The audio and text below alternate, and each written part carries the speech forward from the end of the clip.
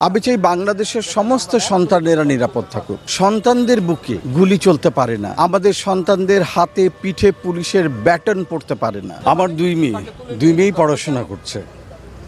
আমি ভাবি যে আজকে আমার মেয়েটা নিরাপদ আছে, কিন্তু অসংখ্য মা তাদের সন্তানকে হারিয়েছে, অসংখ্য মায়ের সন্তান হাসপাতালের বিছানায় কাতরাচ্ছে। আমি চাই আমাদের সন্তানরা নিরাপদ থাকুক, আমি চাই আমার দুই মেয়ে নিরাপদ থাকুক, আমি চাই বাংলাদেশের সমস্ত সন্তানেরা নিরাপদ থাকুক।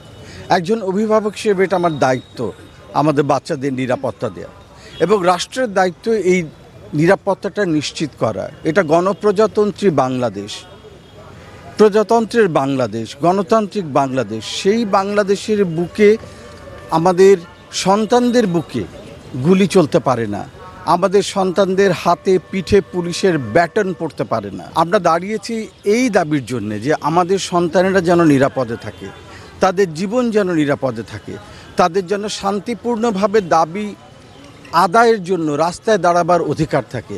আমরা এর নিশ্চয়তা চাই, তাদের নিরাপদ জীবন চাই।